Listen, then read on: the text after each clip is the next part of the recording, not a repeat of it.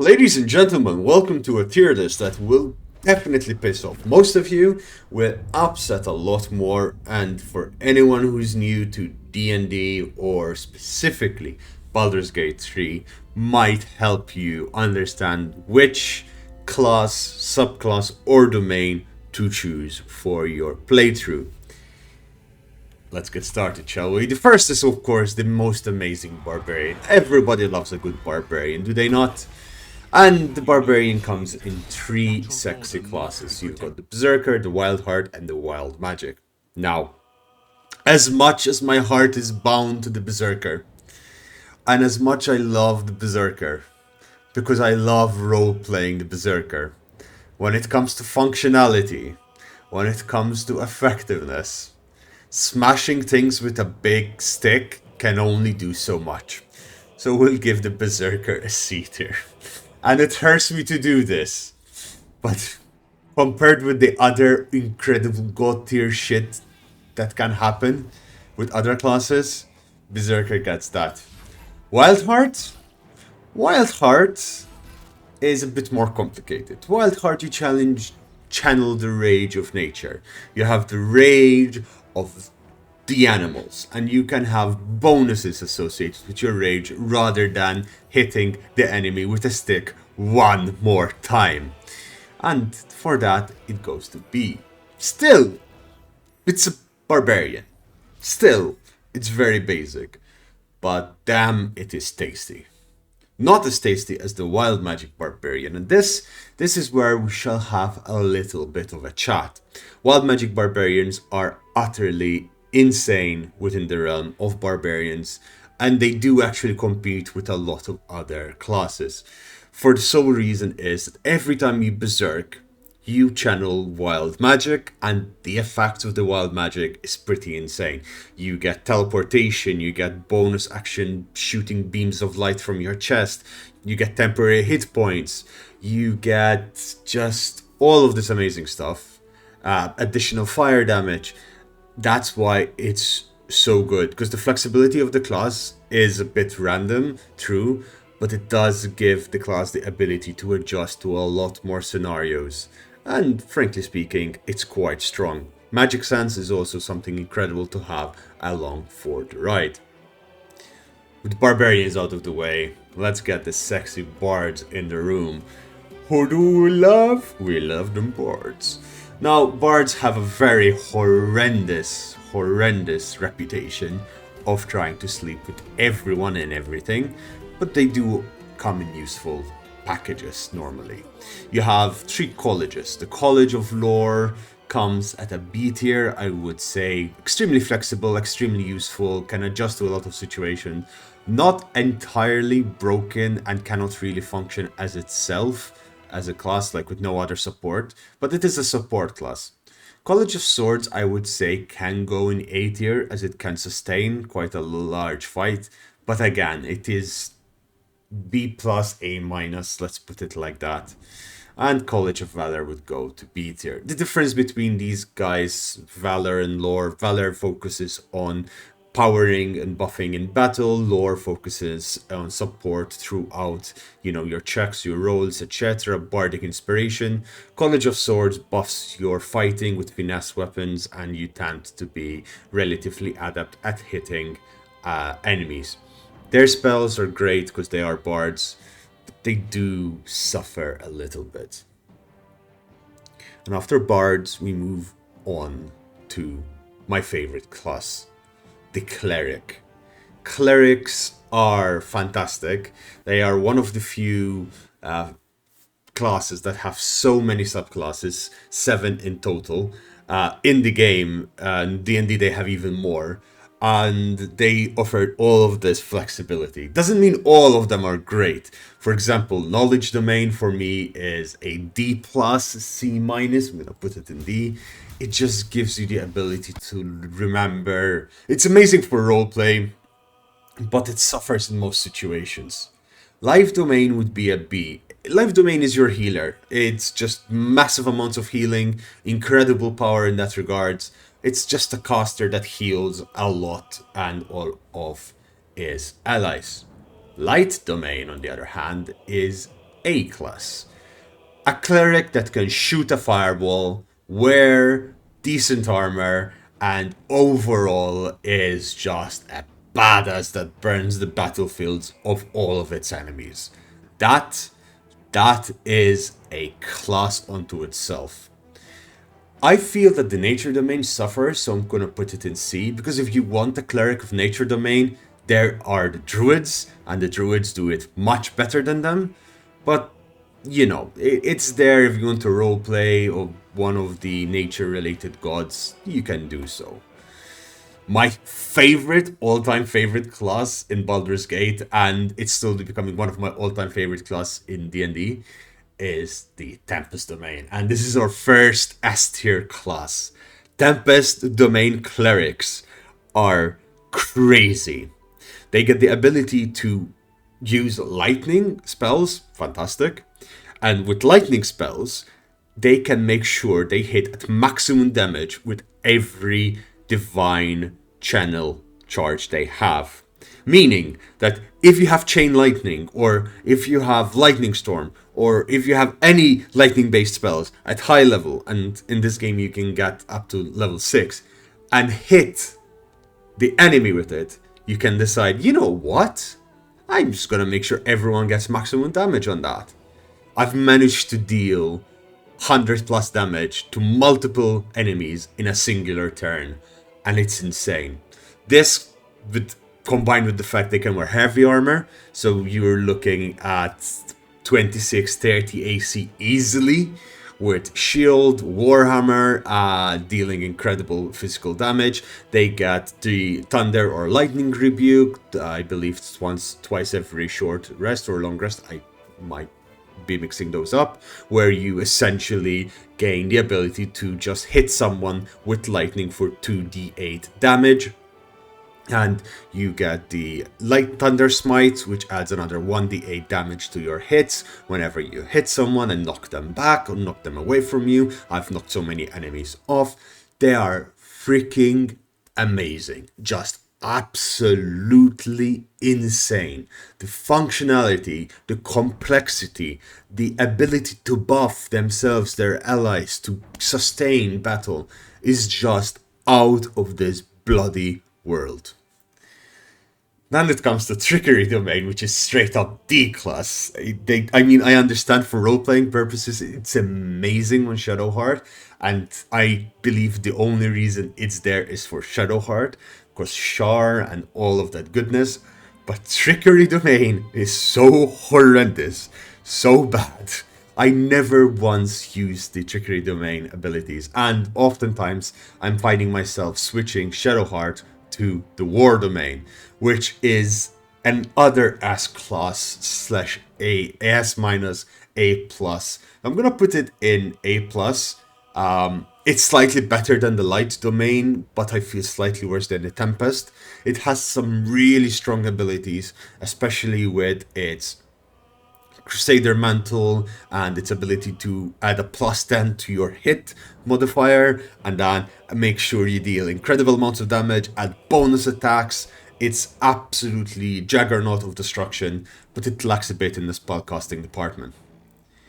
I believe the Clerics are the most versatile class in the entire game, as they are incredibly difficult to kill. They can change their spells according to their encounters or their situations. If you're role-playing, if you're looking for stuff, you can have a lot of buffs for your rolls, whereas if you want to just fight, you can completely transform your character into a juggernaut of destruction. Clerics, if you have 4 of them in a party, you have a party of gods. Like nothing can stop you. So yeah, clerics are just OP in D&D in general. Like only wizards, I believe, are stronger than them, and because wizards get wish, bards get wish as well. But bards are bards. Bards are the roleplay gods. But you know, Circle of the Land, druids. We're into druids now. Now, druids is important to note. They are also incredibly strong in a different way. They tend to be very good at taking out a large amount of enemies at one go while never truly dying. Why? They have shape. they have Wild Shape. Wild Shape allows them to add an additional 30 to 60 HP per short rest in Baldur's Gate, and it works a bit differently in D&D. But in Baldur's Gate, you can shapeshift twice, and each time you shapeshift, you have that amount of additional HP. So they are extremely tanky because they have a lot of health, a lot of hit points. And as a friend of mine put it, if you are dying and you cast your spells and they've gotten through your spells, your spike growth, your firewall, your moonbeam, whatever you have, you just transform into a dinosaur and kill them. So Circle of the Land is A tier. It's absolutely incredible. Really strong fighting spells, really strong combat mechanics, and just overall good sustain because they get a lot of healing. But Circle of the Moon is the next S tier. Circle of the Moon allows you to really jump into your wild shape. And you get really good spells because Druids all get really good spells. And best part is you get a lot of strong wild shapes. Starting with the bear, and it gets saber-tooth, and it just evolves into a dinosaur at the end. Circle of the Spores, I will admit I haven't tried them out that much, but combat-wise, they felt they were B tier, roleplay-wise and support-wise, they felt they were A tier. I'll put them as a high B, low A, but put them in the realm of B. Comparing them with the what's in A class and S class, what those can do, Circle of the Spores is much more specific and much more nuanced. They have necromancy, they have really strong spells, but if you want to go into a necromancy, you go into necromancy school, not into druid. And they're just like, they have elements from other classes that other classes do better, but I do love them, and my love for them is absolute. So if you play with them, you're gonna have a great time, absolutely great time. That is Druid. What I did forget to mention is the Druids also get the ability to swap spells on the fly, technically it's meant to be every long rest, but in Baldur's Gate it allows you to do that on the fly, and it's absolutely incredible the flexibility that gives you. Just freaking insane. Prepared spells, just crazy. Then we get the fighters, and now fighters, people might hate me for saying this, because in reality, fighters are incredible combat. They can, if you abuse their mechanics and multi-class with some other stuff, be absolutely unstoppable in combat. Many people tell me, yes, the champion or the battle master, they're S tier. No. The champion is C tier. Straight up C tier. It's good. It's alright. It does what it says on the tin, but frankly speaking, it has... Have you ever had diet zero alcohol beer? Now, zero alcohol beer is great, but diet on top of it, that's champion. It's like having crisps with no salt, like diet crisps. It doesn't add that much to the game. It's there for anyone who wants. It's there if someone doesn't want the complexity of magic, etc. But then you have the Barbarian that does that. And the Barbarian does it better because the Barbarian rages. And then it has the support class. But the Bard does that, the Druid does that, the Cleric does that. It's not that great. And the same goes for Battle Master, I believe it's C tier. Now, Eldritch Knight adds magic, but at the same time, everyone else does do magic rather well. I will put this in B tier because Eldritch Knights can be incredible, especially when multiclassed with something like Warlock, Pact of the Weapon. They can be really strong, like really strong, as you can combine the features, just support each other quite a bit. But again, it's not the most powerful and potent of classes. Now we come to my weak spots. In terms of knowledge, I know how they work. In terms of gameplay, I haven't invested too much time yet. I might change my idea about this, so don't point your fists at me and do Flurry of Blows, Stunning Strike, and then knock me down to my doom. Monks. Monks my opinion, are absolutely incredible till level 5. And then at level 5, they start falling off. At level 10, level 11, level 12, they suffer. Monks are incredible early game, but sadly, the rule set does not do them much justice unless you gain some form of legendary equipment to support them. And even then, the legendary equipment is doing the carrying. Way of the four elements is a high C. You're essentially using your fists to create elemental magic. You can send fireballs, you can hit from a long distance with air. It's okay, but in reality, it's not that great. What I do like more is Way of the Open Hand, and that is B tier. Way of the Open Hand has a lot more focus on key points, and their key point mechanic system works better. They have Stunning Fist, it works better. Flurry of Blows, they just do more damage, and they are more agile. They dodge more. They have a bit higher in functionality in the battlefield. In terms of roleplay, they're also quite good, and it's just a B tier.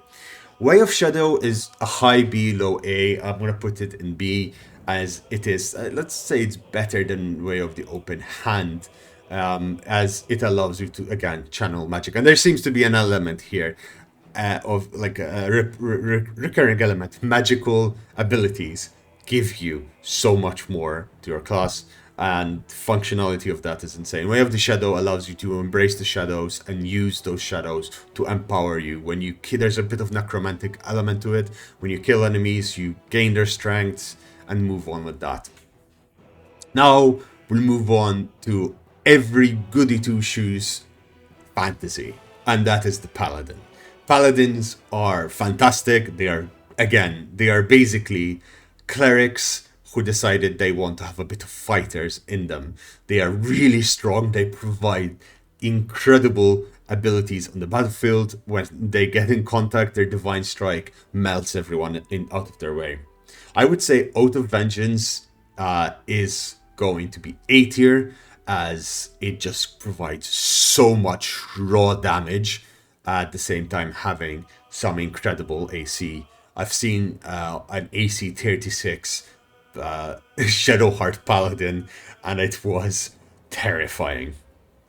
Oath of Ancients and Oath of Devotion, again, their flavor is very similar across all of the Paladins.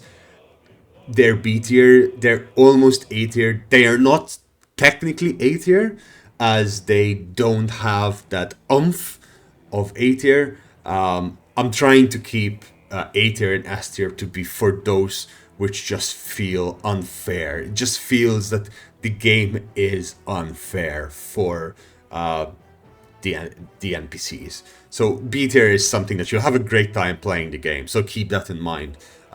Even C and D tier, you'll have a great time playing the game. Well, not D tier, but even C is just, there's like rankings, power, and something is better than others. Now, Oathbreaker, on the other hand, also falls in A tier. Oathbreaker is a paladin that you can only become so if you break the oath, the tenets of the other three. So let's say you're an Oath of Vengeance and you break one of the tenets, and you become an Oathbreaker. An Oathbreaker embraces the dark evil side, has incredible potential in that regards, and the powers that you have are insane. Now, what I do say as well is an Oathbreaker playthrough is incredible for roleplay purposes. It adds so much to the game because you have this personal journey for either redemption or fully embracing your evil character. And doing so, you're gonna just have a much better experience, as well as your character. You're gonna get to know them more intimately in terms of how to use them. Their progression is quite extremely amazing, and it's a lot of fun. Oathbreaker are just fun on the battlefield. Rangers. Oh, Rangers. All right. Let's put it like this. I do not like Rangers. I think Ranger class is horrible. It needs so much love. It needs so much help. Hunter, Beastmaster, straight up D tier. Beastmaster is meant to be this incredible ranger that does long distance damage and summons a companion. It doesn't do it very well at all. Not one bit. Hunter, same thing. Lots of damage from distance, and you're able to put Hunter's Mark on. And then after level 3, level 4, it just like, oh, I can shoot my bow 3 times. The champion goes, I can shoot my bow 3 times with advantage. It's not good. Gloomstalker though. Gloomstalker gets a high C. Because Gloomstalker has elements of the next section, which is the Rogue. And the Gloomstalker has the ability to use the shadows for its advantage. But in reality, when you compare it with a Rogue, the Rogue is better. It just doesn't have as many attacks. But then you have Sneak Attack. And Sneak Attack is absolutely disgusting. Which is why, when we go to the Rogues, we have Flavor. Now, I believe Arcane Trickster straight up C tier. You don't need magic with a rogue. Rogue's not meant for that. If you want magic with a rogue, go for either a bard or a warlock. That's it. That's where you go if you want magic with like finesse weapons, etc. But then we have two really sexy classes. Thief, amazing A+. Amazing A+. You get 2 bonus actions, you can run around, you can hide, you can open anything in the game really easily, you can almost never fail your checks. It's just freaking amazing. You get to find all of these super sexy things around across the map, while also delivering tremendous amount of damage with Sneak Attack. What I believe is A+, S-, but I will put it in S tier because it's closer to S than to A, is the Assassin. The Assassin is, even if you just get 3 levels in Rogue, 4 levels in Rogue, and then the rest in something else, and you get Assassin, it is going to, oh my lord, you can cast an ability, attack, launch a volley of attacks before initiative starts. You start initiative, and the way Baldur's Gate 3 works is if you've just used an ability in the 6 seconds before the initiative, or just causing initiative to start, you don't have an ability to start. You don't have action because you've used your action. Assassin gets the action, bonus action back. So the Assassin essentially has the ability to hit you so hard just before the battle has even started, and then hit you again when you realize he's there. Oftentimes leading to small encounters, to wiping them out just before they even realize we're there, and just giving you that upper hand. Assassin is fantastic. Rogues in general are really, really, really strong. I feel the Arcane Trickster is closer to B, but I'm putting it in C just because the magic feels wasted there. Just the action economy is the entire thing of the Rogue, and Arcane Trickster misses out on a lot of that. Does the next one deserve to be strong? No. Is the Sorcerer incredibly strong? Yes. Sorcerers are insane. Draconic Bloodline Sorcerers, strong A. Amazing strong A. You just start with what? 16 AC? 17 AC straight out of the bat at level 1? Just if you're, let's say, a Dragonborn with Draconic Bloodline, you just have armor class upon armor class upon armor class. You're like, hey bitches, like really incredibly strong. And then you're firing missiles and you're casting Dragon's Breath, and you it's just insane. Like it's powerful. It's dragons. Dragons are strong, and functionality is amazing. Turn speed amazing. You can cast quick cast, meta magic overall, and sorcerers makes them incredibly strong. So yeah, beautiful. Storm sorcery is chef's kiss, or would be the ultimate chef's kiss if Tempest Domain didn't exist. It gets B class because Tempest Domain exists. It would not be S tier. I would not say it's S tier. It's high A, but it falls to B because Tempest Domain exists. Storm sorcery is fantastic, but it ends up being found lacking when compared with Draconic Bloodline and the fact that Clerics exist. Everyone's found lacking in front of Clerics. Finally, Wild Magic, also a decent B tier. The name is in itself, it's Wild Magic. You tap into the Wild Magic elements. It can backfire spectacularly, because otherwise it would be a very strong A tier, but Wild Magic is Wild Magic. Unlike the Barbarian Wild Magic, which is not strong enough to kill your party, Sorcerer Wild Magic can fuck over your party pretty damn bad. And that is something to be worried about, but it also can create some incredible... You know what, let's put it A tier now. It deserves to be A tier just because the situations it creates, the elements of chaos on the battlefield or in your playthrough, it's gonna be freaking hilarious. Warlocks. Ooh, Warlocks. Now Warlocks don't have that much difference between them. Like the Archfey, the Fiend, the Great One, their power really resides in their Eldritch Blast.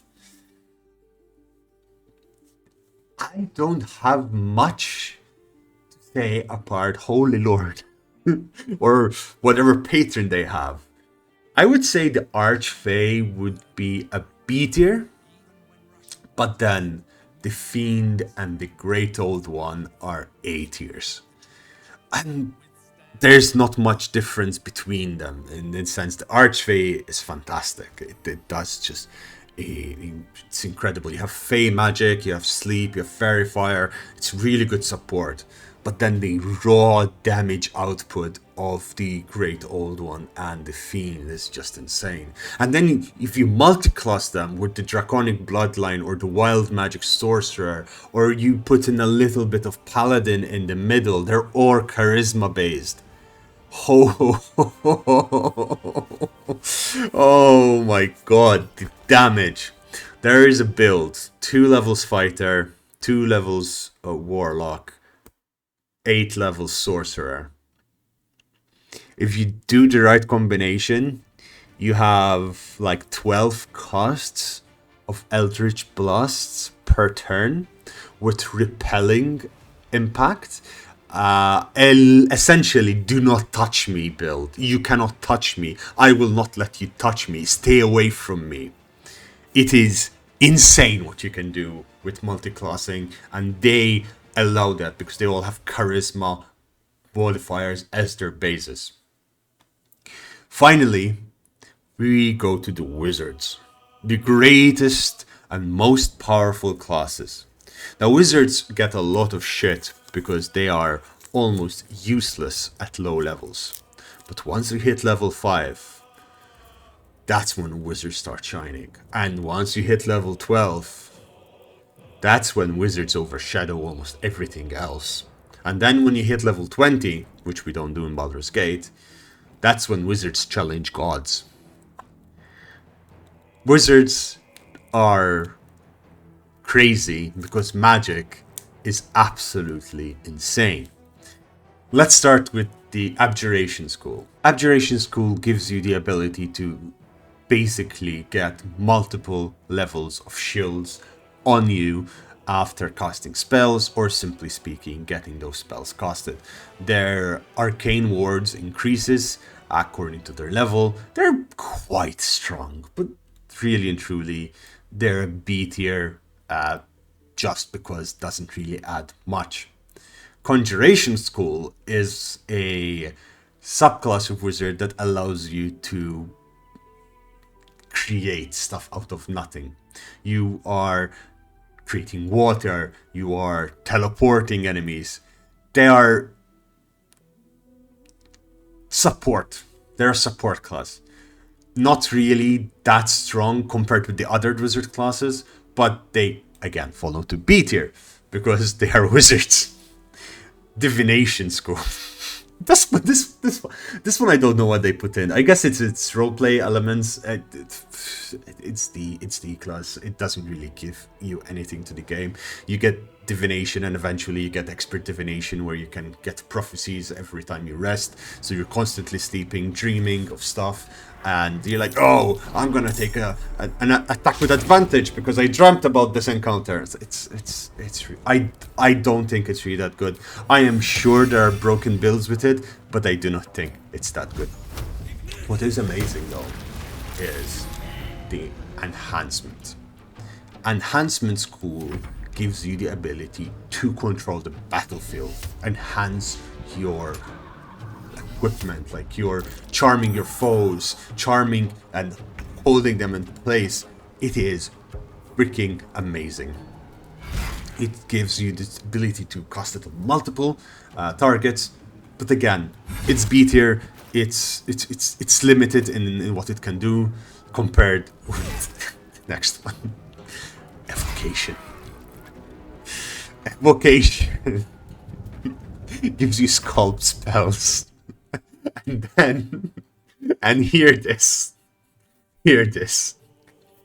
You deal a lot of magical damage. You can cast a firebolt in the middle of your party, ignore your allies, and hit all of your enemies. It gives you the ability to use Empowered Vocation, where you add your intelligence modifier to any of the damage rolls of the spells. You have Potent Cantrip, where you cast a cantrip, they save against the cantrip, and they still take half damage. Evocation is S tier. Absolutely incredible class. It is beautiful. The School of Illusion is similar in usefulness as the Divination School. It's useless. If you want illusion, if you want to manipulate, you go Thief, or Rogue, or Thief is mostly it, or you go College of Lore. It doesn't really. Even Trickery Domain is better than Illusion School, in my opinion. They can cost, giving them credit where credit is due, they can cost as bonus action, they can cost when they're silenced, they can cost and stay hidden, which have use. Okay, alright. Let's put it C tier. C tier. It because casting as bonus action gives you so much turn economy. But in reality, everything they can do, others can do better, and that's my entire thing. It's like, if I can do it better, I'm gonna do it better. But again, I insist in reminding you, play the game how you want it. It's the beautiful part of this game. Now, another broken class is Necromancy School. You are able to regain HP by killing enemies. You regain HP equal to the spell slot used, multiplied by 2, or 3 if it is a necromancy spell. You get the ability to summon additional undead, and to summon better undead than others. This gives you more corpses to fight with you, more bodies on the battlefield to absorb damage while you're in the back laughing as you're massacring all of your foes. And it's the more summons you have, the better, I would say, and the stronger. So it is another S tier class. You don't even need a party with this. You just can summon a whole host of enemies, of monsters to fight for you, and you're okay. You're fantastic. You don't need anyone else. You're a wizard. You're a wizard, Harry. Act like it. Now, Transmutation School. Transmutators are alchemists. They can create a lot of potions. They can create a lot of buffing potions. They're resistant to a lot of damage. They have very good dark vision. They have proficiency in Constitution saving throws, meaning in concentration. And they have faster movement. It's okay, but it doesn't do better than B tier. And even B tier, no, let's leave it at C. C tier is C tier is where you want to be with this.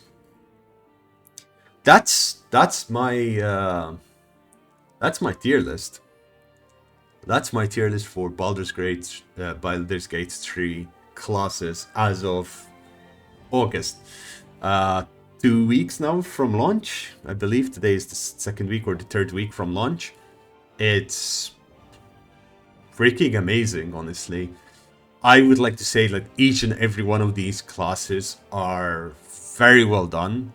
The subclasses are all incredibly implemented with very unique dialogue, very unique skills, interactions. Obviously, some of them are better, but you might believe otherwise. So let me know in the comments down below. And if you're still here, do tell me how you've been playing the game. I've been having an absolute blast. I've finished the game twice. I have like 6 campaigns running, experimenting with this and that and the other thing. Obviously, I haven't covered all of the content, and I could be missing something that makes, I don't know, the Trickery Domain the most powerful subclass there is. But of course, that's for you to tell me, for me to hear. Thank you so much for watching, and have a lovely day.